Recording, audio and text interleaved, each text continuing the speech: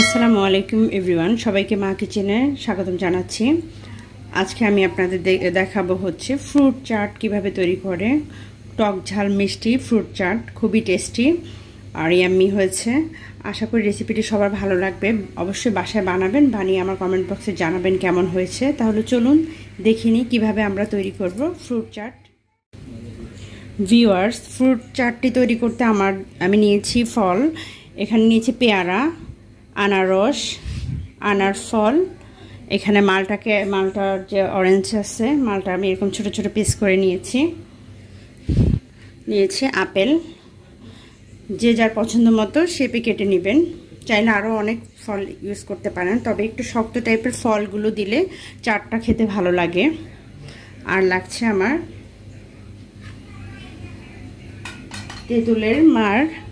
এখানে আমি তেঁতুলকে কিছুক্ষণ ভিজিয়ে রেখে চটকিয়ে এটার যে কাঁচটা সেটা নিয়ে নিয়েছি। লাগবে হচ্ছে কাঁচামরিচ, লবণ, শুকনো মরিচের গুঁড়ো, লেবু, বিট লবণ। চাইলে শুকনো মরিচের জায়গায় চিলি ফ্লেক্স ইউজ করতে পারেন। আর লাগবে চিনি। তাহলে চলুন দেখি কিভাবে এই ফ্রুট চাটটি তৈরি করব। আমি এখানে একটা বাটি নিয়ে নিয়েছি। বাটিতে আমি দিয়ে দিব কাঁচামরিচ, সামান্য পরিমাণ লবণ, সামান্য পরিমাণ বিট লবণ, যে যার টেস্ট অনুযায়ী নেবেন সব কিছু, লেবুর রস,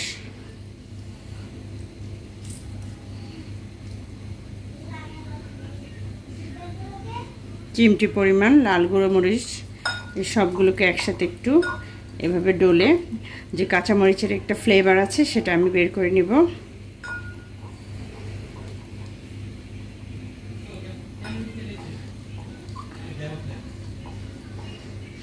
এবার সাথে দিয়ে দিব তেঁতুলের কাঁচটুকু।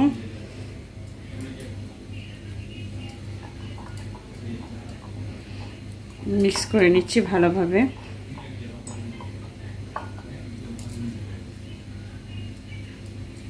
অরেঞ্জটা দিয়ে দিব। অরেঞ্জকে একটু চেপে রসটা বের করে নিব। এতে করে যে চাটের যে একটা রস আছে সেটা খেতে ভালো লাগে। একটু ভর্তা ভর্তা করে দিচ্ছি। এটা কিন্তু গরমে খেতে খুব ভালো লাগে। টক মিষ্টি ঝাল সব টেস্ট আছে, যার কারণে মুখের কিন্তু টেস্টটাই আপনার চেঞ্জ করে দিবে।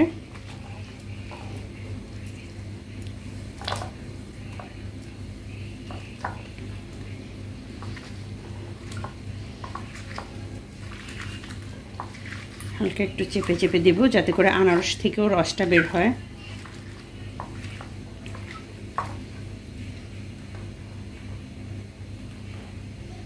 আনার দানাগুলো দিয়ে দিব।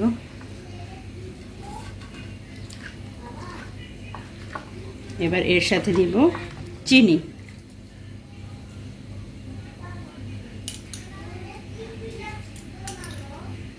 দুই টেবিল চামচ পরিমাণ চিনি দিয়েছি। আবার একটু হাত দিয়ে এভাবে মিশিয়ে নেব, এতে করে চিনির যে পানিটা আছে সেটাও গলা শুরু করবে।